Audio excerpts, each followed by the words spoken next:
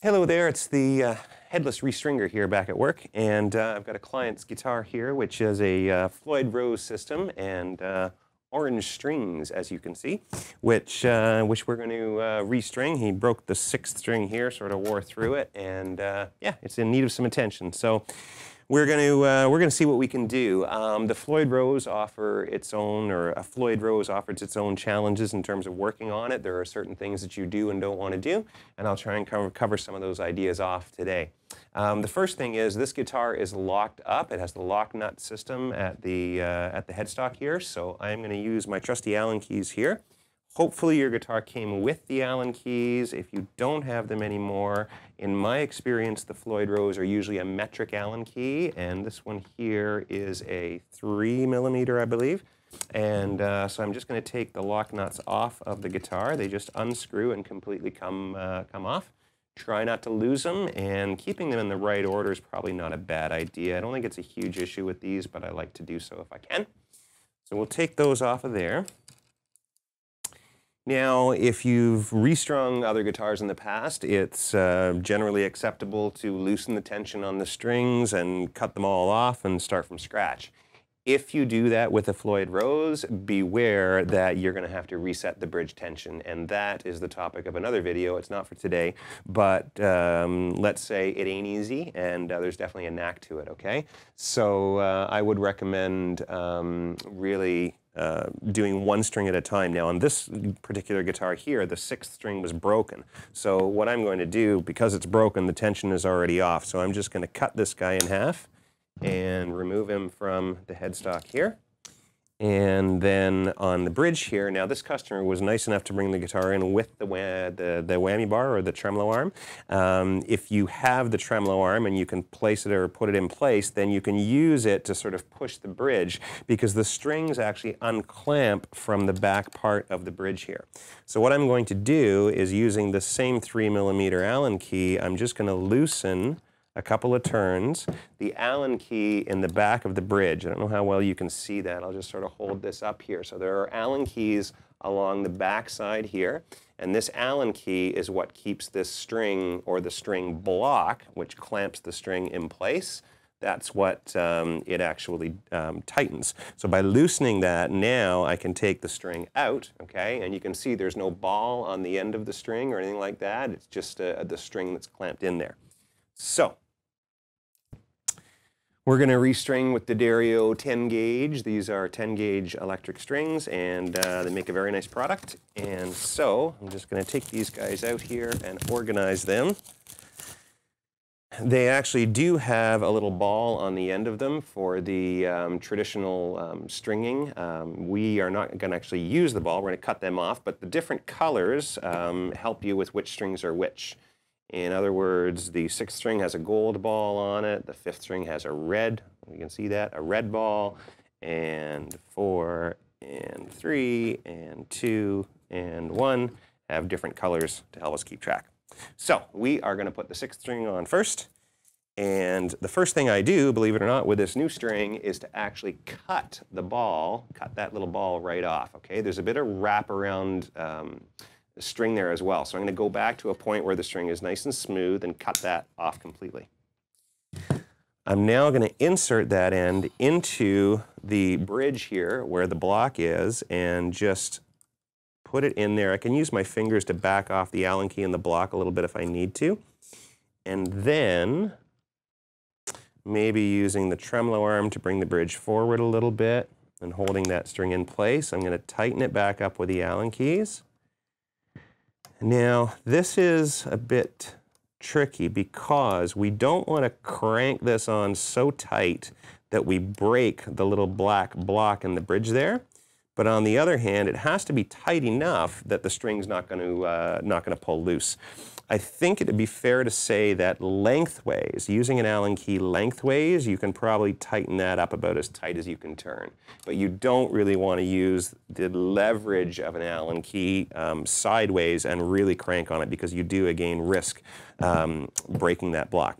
So with that in place, what I do is just string this along through the nut, okay?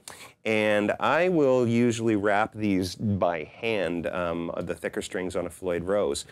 It's not as important with stringing a Floyd Rose that we get numerous wraps around the post, if you have some stringing experience, because the locking system is going to actually make sure that we don't have tuning issues associated with that. So I generally will wrap this around one time.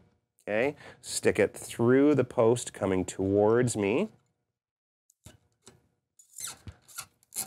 Pull it tight, take the string up towards the top, and then what I'll do is hold down with my index finger, okay, and then tighten the machine head up to get the tension. I can get up towards the top and cut the string off. Now, again, if we were stringing a regular electric guitar, we're not concerned about maintaining the tuning while we string. With a Floyd Rose, we definitely are. I'm just going to turn the tuner on here, and I don't know how well you'll be able to make that out, but basically, I'm going to tune this. That's showing me E flat. I'm going to tune that up to my E. What this does is it makes sure that the tension on the bridge is the same as as it is normally, because we got all the strings in tune. So once we've done that, we put the 6 back in and it's in tune, then we move on. I'm going to release or loosen the 5th string until it's real sloppy. I'm going to cut it off with the side cutters, loosen it at the back with my fingers until that string is willing to pop out of there. The ball off again. That guy goes back in. I can tighten back with my fingers a little bit, but the Allen key does a much better job. I'm going to line the whole of the machine head up so it's on about a 45-degree angle towards me. That way, when I do my wrap, I think I'll wrap twice on this one, so I wrap twice nice and tight, push down with my thumb, slide the string over top through the hole, pull tight, and index pressure down, turn this by hand, and snug her up. Can't get up towards the top of the machine head or the top of the post here, clip her off. Again, I'm going to tune the 5th string. Maybe check my 6th, it's dropped a little, I'm going to bring that up a hair. Tuning a Floyd Rose really is a challenge. This seems to be behaving pretty well, and we're going to get into Floyd Rose setups in another tutorial, but for now, we'll move on to the 4th string.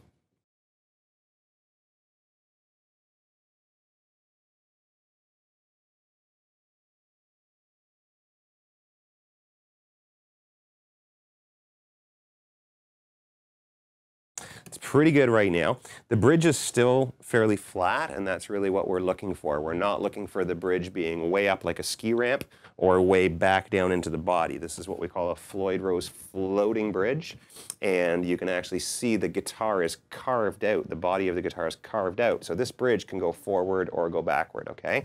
And so we're still sitting fairly level, which is a good indication that we're on the right track, and we're off to the 3rd string.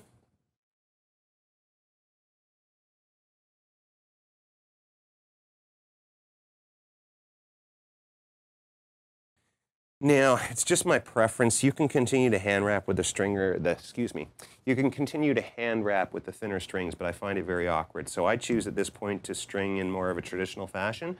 I will thread the string through the hole. This guitar has 3 machine heads on either side, and so we always want to string towards the machine head, or we always want to thread the string towards the machine head, never in towards the inside, okay? So I'm threading this, I guess, towards you, towards the outside. And what I do is I sort of guess at the amount of slack that I want to leave. Now, again, with the Floyd Rose, it's not important to have multiple wraps here. So I can pull this fairly tight, not crazy tight, but you know, I don't want to leave a lot of string to wrap onto the post. So probably 3 fingers at the 12th fret would be a good guess. I press down with my finger. I maintain tension with my thumb. And this little guy here, the handiest dandiest thing ever, it's a string winder, okay? You can get these at most guitar shops for about $2.95. We carry them here at Millennium Music as well. And basically what I'm going to do is while I hold the string down with my finger here and tension with my thumb, I'm going to gradually wrap this or turn this with my string winder. And it's a little awkward here on the table. I usually do this in my lap, but you get the idea. So I got a good 3 or 4 wraps on that string at least, which is very helpful. And I'm F sharp. And there's my G. Kinked up towards the top. Off she goes.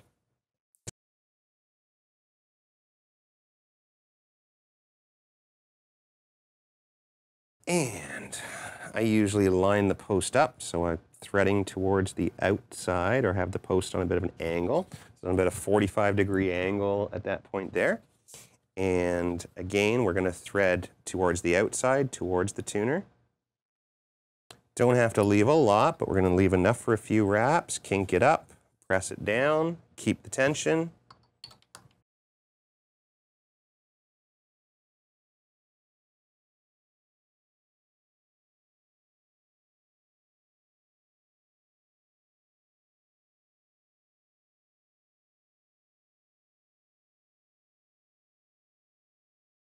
Yeah, I think we may have a bit of a tension setting issue here. I'm going to finish with the stringing here, and then I'll talk to you a little bit about adjusting the bridge tension, because it looks like we're going to have to do that.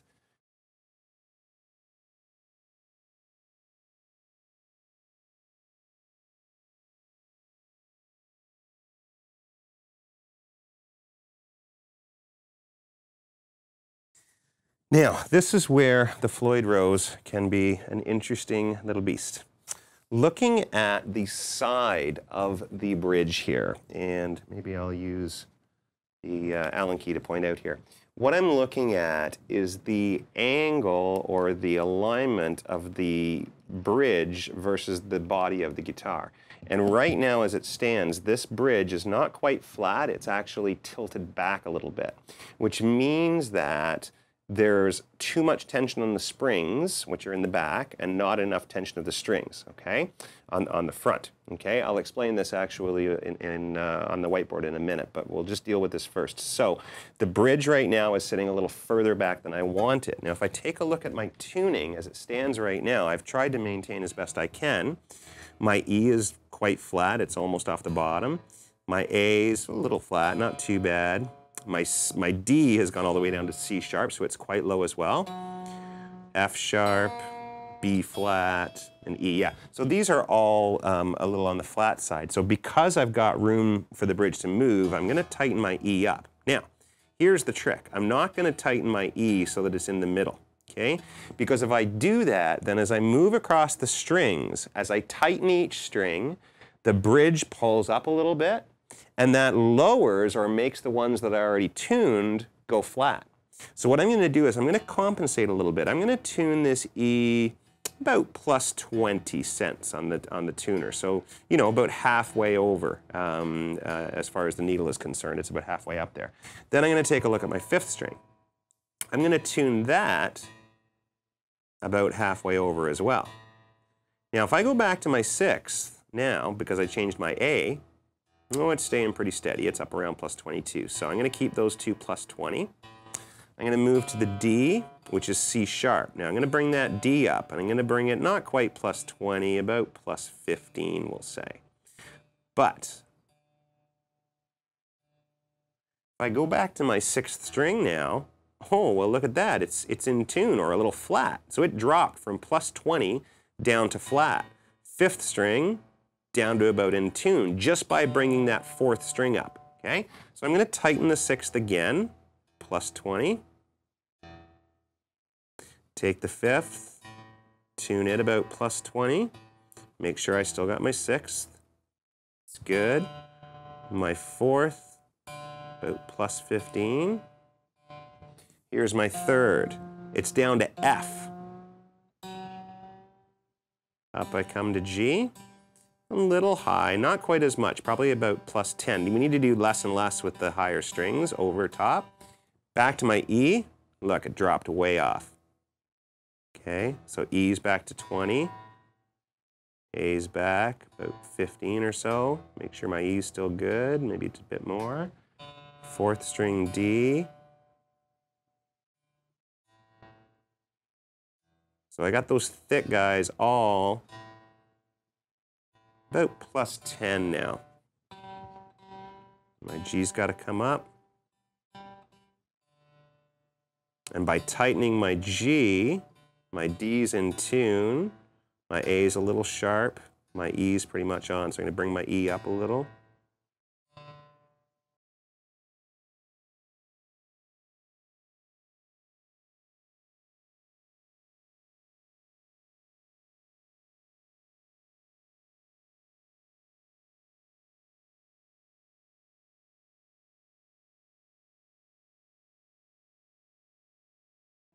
Okay, so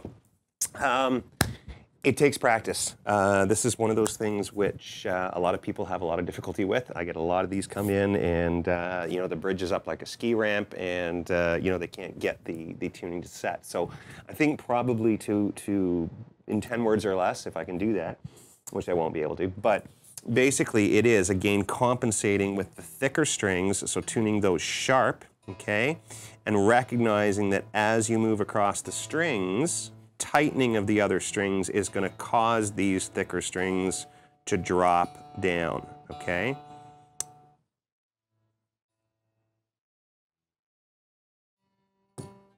So you just have to keep going back and going back and going back. Okay? So I think I've got this one pretty much where I want it. Now, while you have the locks off, when you're changing the strings, this is a good opportunity to reset your fine tuners.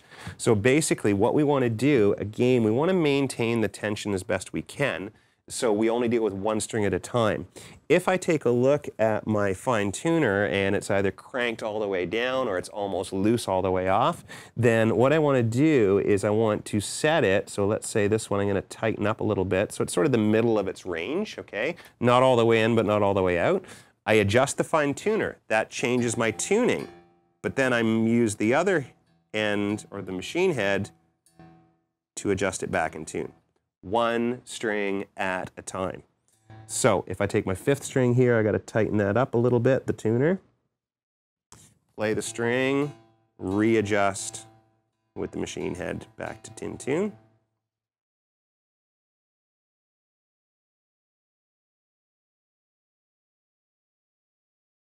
And that's about it. Now, I've been working on this guitar on a tabletop. Believe it or not, the actual orientation of the guitar, having it laying flat like this, can slightly affect the tuning, okay? So if you are working in this type of a setup, or if you're working on a flat table, which is a great idea, or even in your lap, if you're working flat in your lap, check the tuning in normal playing position, okay? So take the guitar in normal position, this is before we lock it back up, and check things out. Now, I just took the guitar into my hands and everything has dropped, okay? In other words, all of the notes are a little bit flat. They're down about -15, -20 just to the left, okay? Now, I'm gonna take this opportunity to show you another little trick, but I'm gonna need to get a screwdriver for this. So on the back of the guitar, there's an access plate here. Some guitars are really cool because they have two slots that you can actually adjust the springs through. But some of them, unfortunately, have a solid back plate. So we're just going to remove the screws on this back plate, okay? Don't remove the screws from the electronics, which is actually this one over here. But you want the rectangular plate off the back of the guitar.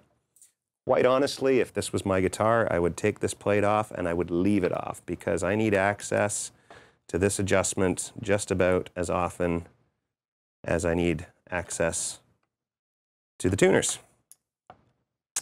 So these 6 screws come out and this is what we're after. We have 3 springs here. These 3 springs are pulling on the bridge from the back and they counteract the tension of the strings pulling on the front. So the bridge is basically mounted on a hinge on these 2 bolts on the outside, okay? And the tension of the strings, again, is balanced by the tension of the springs. In the back here, you'll see there's 2 screws, usually, okay, with these 3 springs.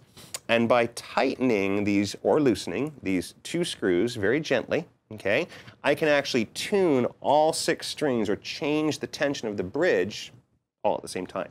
Okay? So as I said, when I originally picked this guitar back up, I'm registering flat on just about every one of the strings. In fact, by pretty much the same margin all the way across. So what I'm going to do is use a Phillips screwdriver, and I'm going to tighten those 2 screws. Just maybe a half a turn for each screw. And then I'm going to check the tuning again. And that half a turn has brought me just about where we need to be. So you can take 2 approaches. You can use the compensation method, we'll call it, okay? Or